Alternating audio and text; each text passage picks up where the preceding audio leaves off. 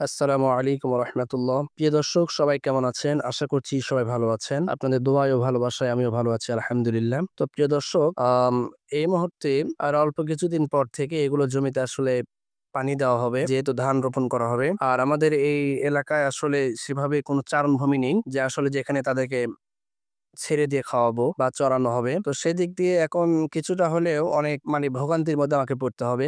যেহেতু আসলে আপনারা জানেন যে ভেড়া, বিশেষ করে ভেড়া বা গারল এই টাইপের জিনিসগুলো আসলে এরা চড়ে খেতে ভালোবাসে। আপনি আবদ্ধ অবস্থার চাইতে এরা চড়ে খেতে সবথেকে বেশি ভালোবাসে। তো এইজন্য আসলে দীর্ঘ কয়েকটা মাস আসলে অনেক সুবিধা ছিল, অনেক ভালো ছিল। কিন্তু এখন যেহেতু পানি দিবে আর অল্প কিছুদিন পরে যে আপনার ওই পাশে দেখা যাচ্ছে দেখেন কাজ করতেছে।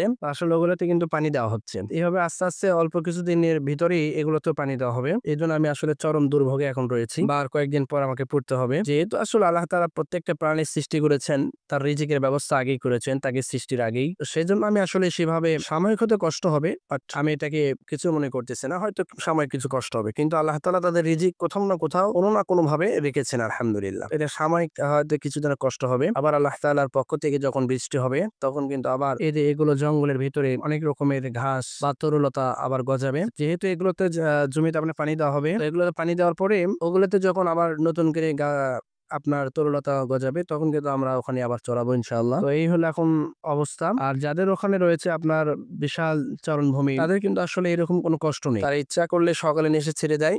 আবার সন্ধ্যার দিকে বা বিকেলের দিকে তারা বাড়িতে ফিরে নিয়ে যায়। যেহেতু অনেক জায়গা হাজার, হাজার একর, একর জমি আসলে ওদিকে পড়ে থাকে। কোনো আবাদ করা হয় না বা কোনো ফসল ফলানো হয় না। যার প্রেক্ষিতে কিন্তু সেই জায়গাগুলো পড়ে থাকে, সেখানে কিন্তু তারা অনায়াসে চড়াইতে পারে। কিন্তু আমাদের এখানে কিন্তু তা না। আমাদের এখানে প্রত্যেক সিজনে আপনার ফসল ফলানো হয়।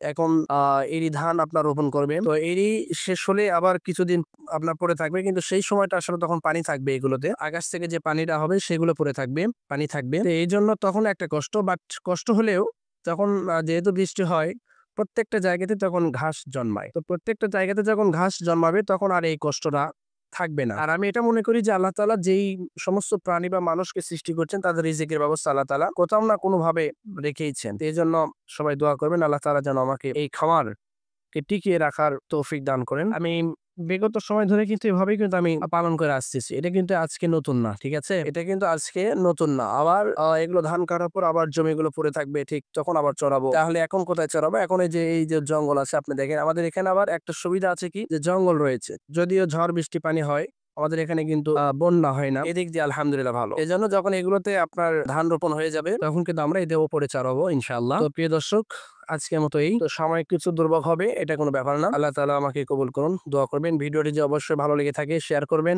কমেন্টস করবেন, লাইক শেয়ার অবশ্যই চাই ইনশাআল্লাহ। আসসালামু আলাইকুম ওয়া রাহমাতুল্লাহ।